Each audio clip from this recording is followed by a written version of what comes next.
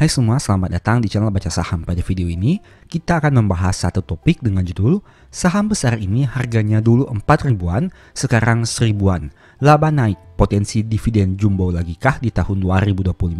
Tapi seperti biasa, semua pembahasan ini bukan rekomendasi dan hanya informasi. Ingat, kerugian kamu tanggung sendiri ya. Nah, saat ini kita akan membahas satu saham yang nanti akan melaksanakan ROPS pada tanggal 28 Mei tahun 2025. Itu artinya saat video ini dibuat pada tanggal 24 April tahun 2025, seharusnya bagi kamu yang masih tertarik untuk membeli saham ini untuk mengincar dividennya masih ada waktu. Tapi pertanyaannya, bagaimana kondisi nanti dividen di tahun 2025? Kita akan coba bahas berdasarkan data histori dan data pencapaian dari perusahaan ini. Nah, saham yang akan kita bahas adalah saham Pegas atau perusahaan gas negara. Bisa kamu lihat di sini selama tahun 2025 harga sahamnya masih naik 11,32% dan dalam 5 tahun terakhir masih naik 129%. Perusahaan rencananya akan mengadakan ROPS pada tanggal 28 Mei tahun 2025. Kenapa perusahaan ini menarik? Karena jika kamu lihat berdasarkan data historinya, setidaknya dalam 3 tahun terakhir, angka dividen per share-nya mengalami kenaikan yang konsisten.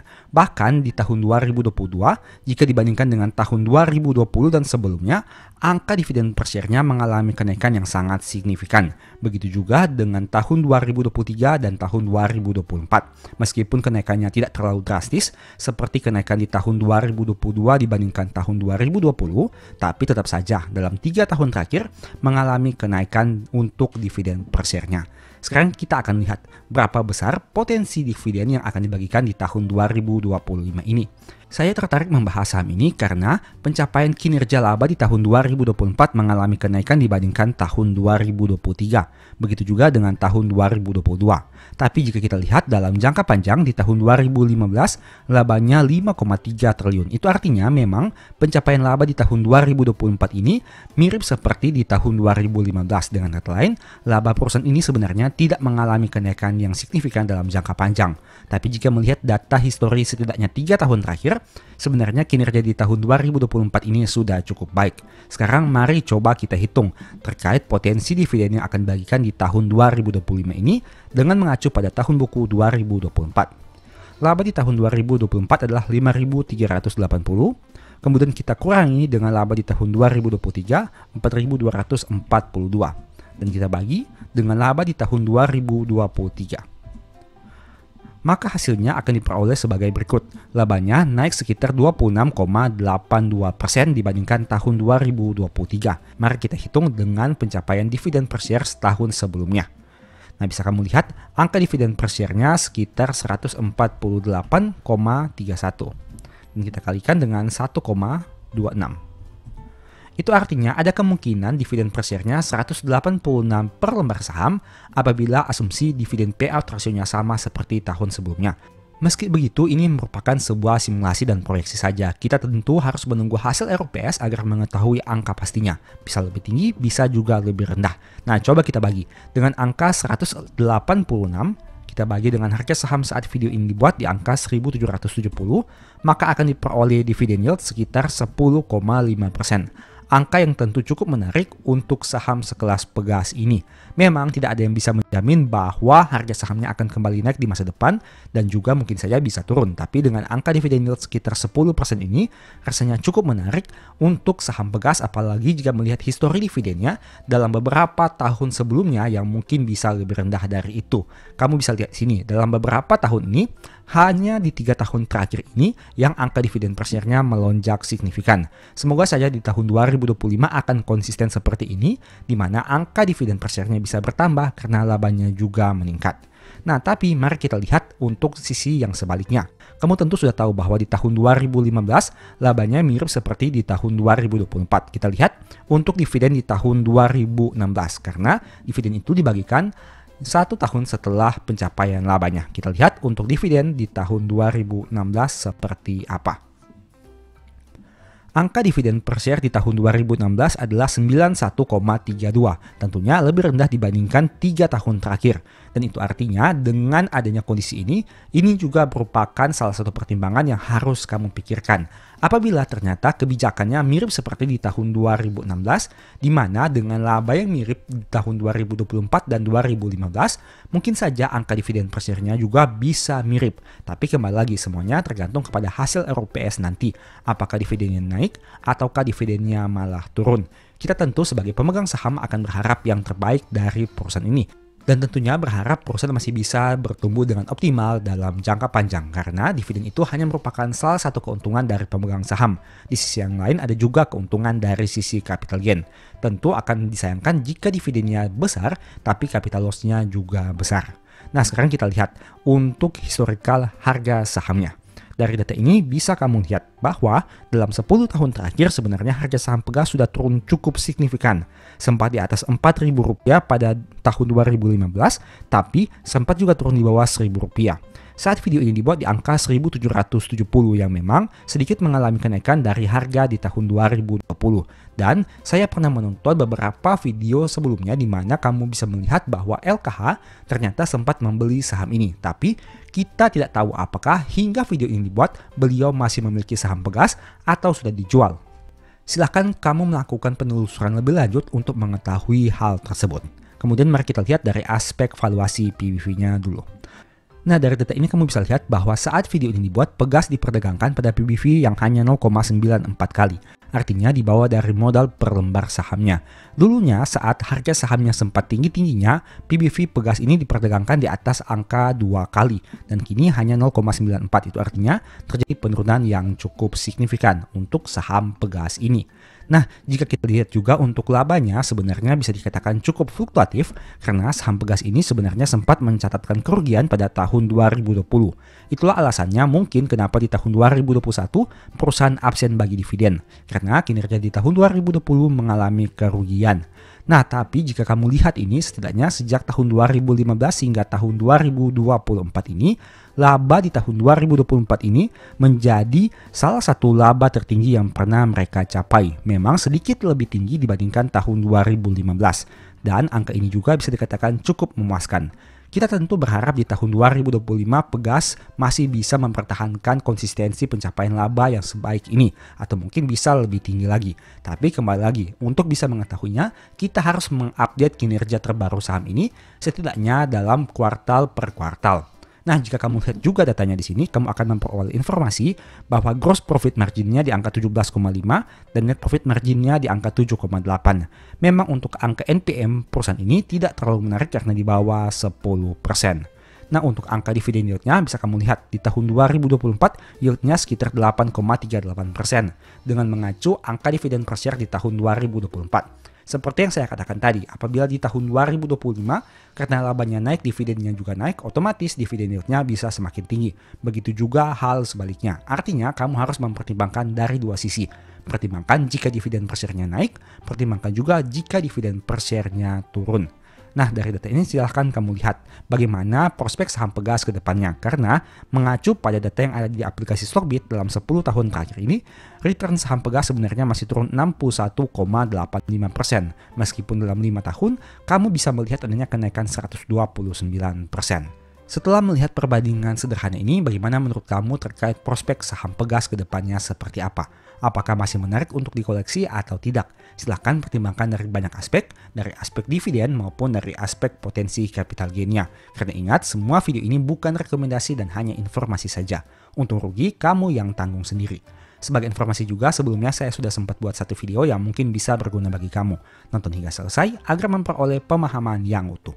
Nah, jika saya tanyakan kepada kamu, berapa banyak saham yang ada di portofolio kamu? Apakah kamu tim yang menganut sistem diversifikasi?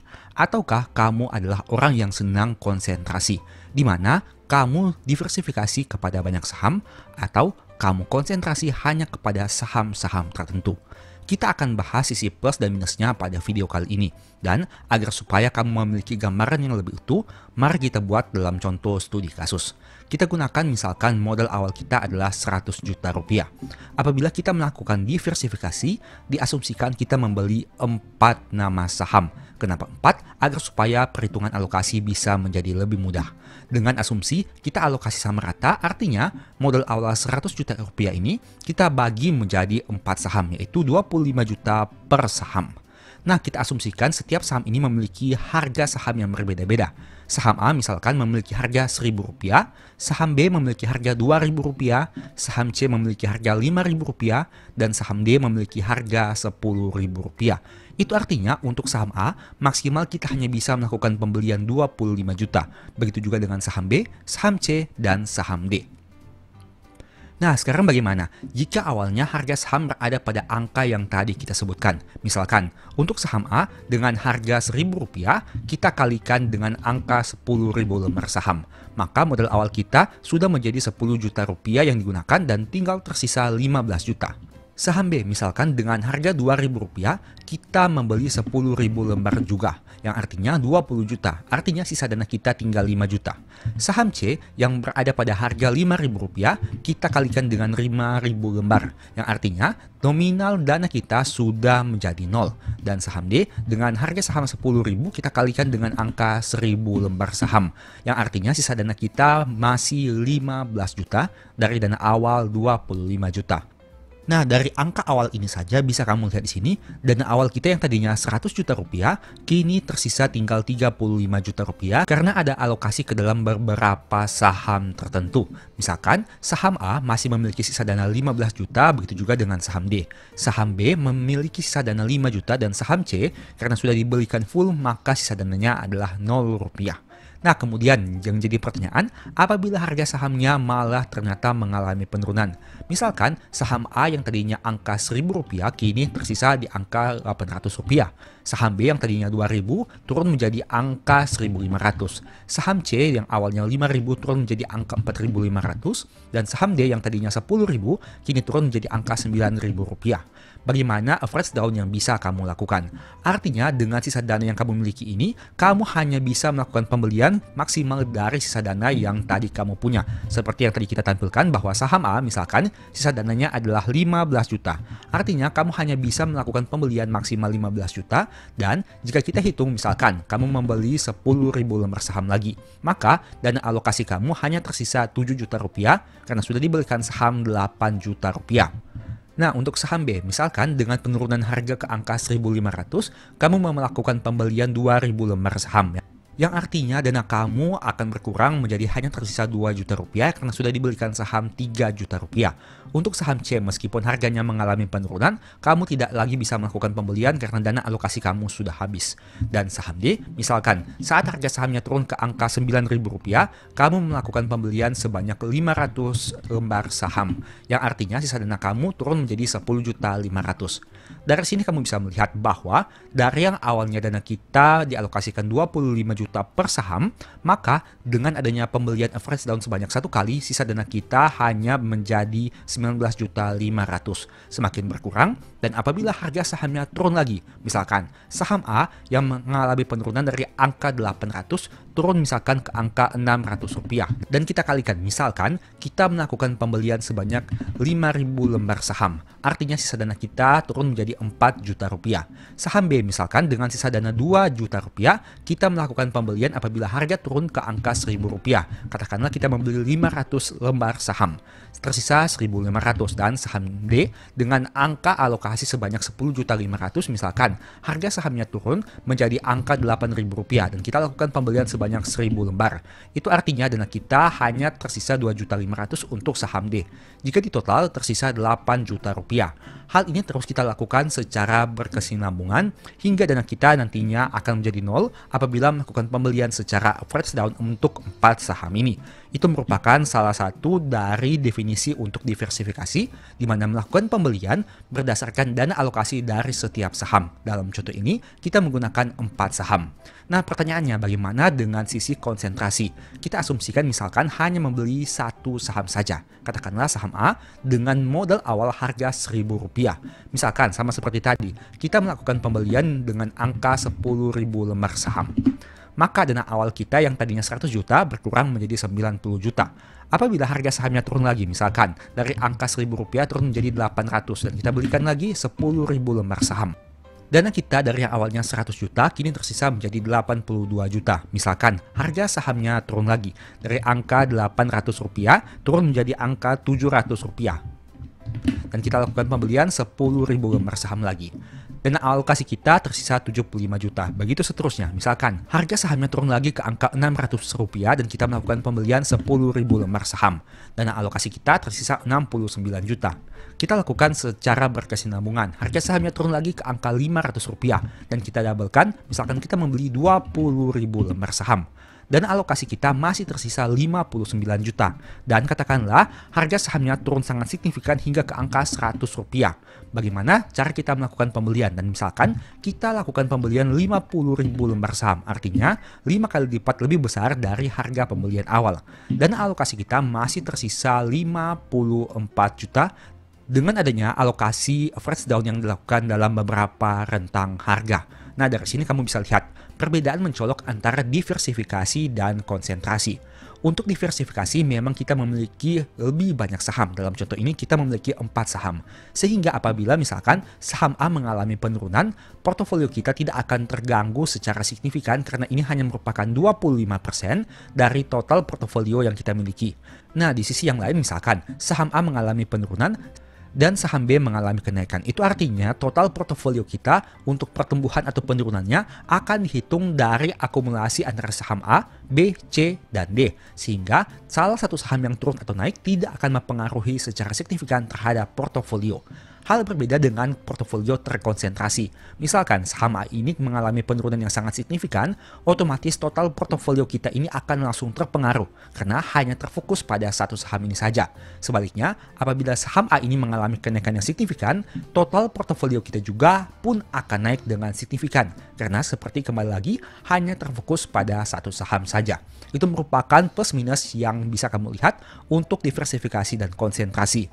Plus minus keduanya, bisa kamu lihat di sini dengan mengalokasikan masing-masing 25 juta dari modal awal kita 100 juta rupiah, maka apabila harga saham mengalami penurunan, untuk daya beli kita akan menjadi berkurang apabila memiliki portofolio diversifikasi. Alasannya sederhana, meskipun modal awal kita sama yaitu 100 juta rupiah, tapi alokasi dari setiap saham hanya 25 juta rupiah.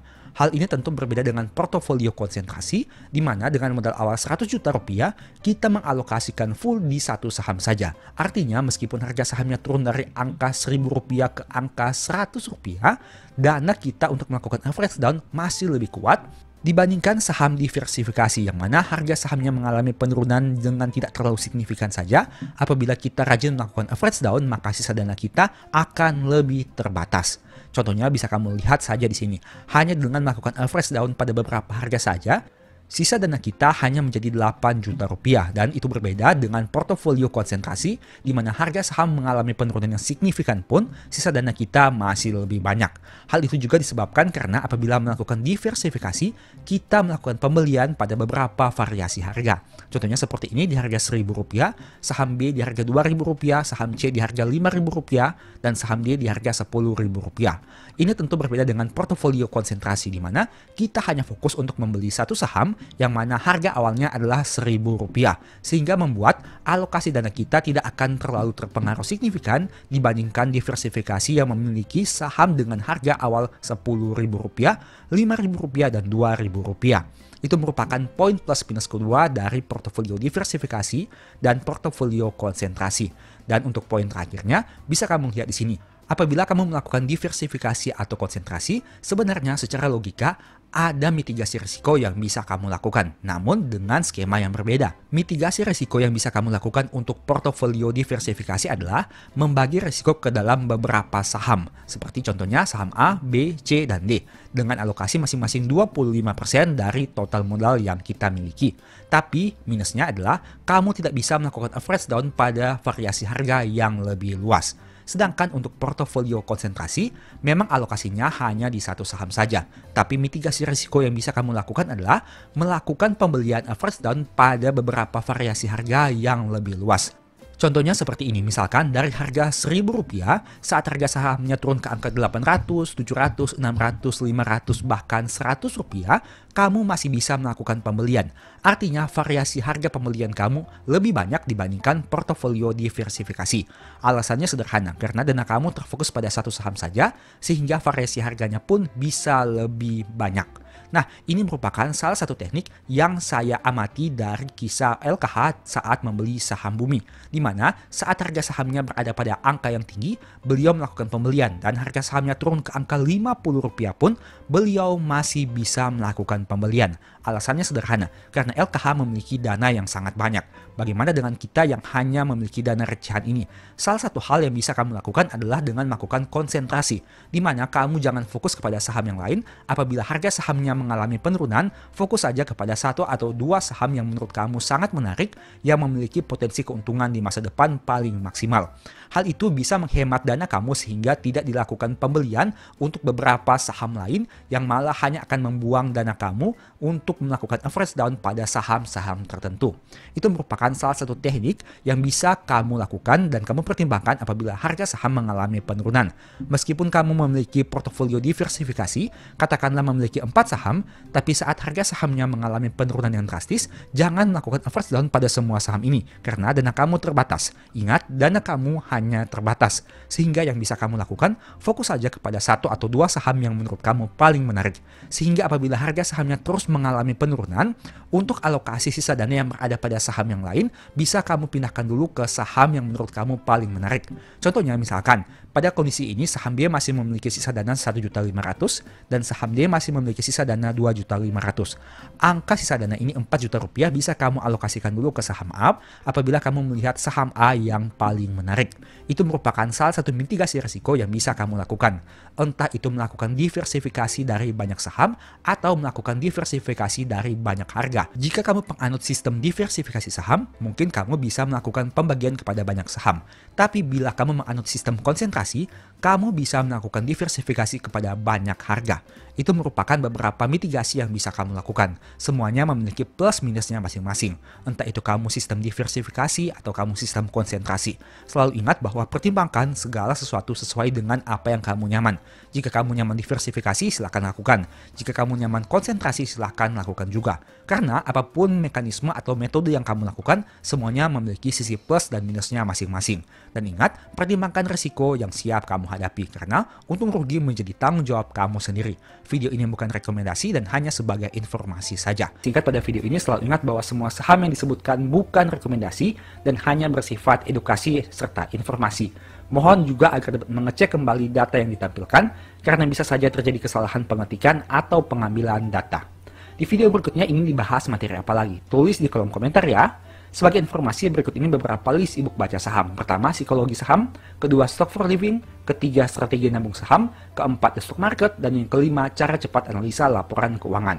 Apabila tertarik, chat saja pada nomor WA yang ada. Sekian video ini, semoga bermanfaat. Thank you.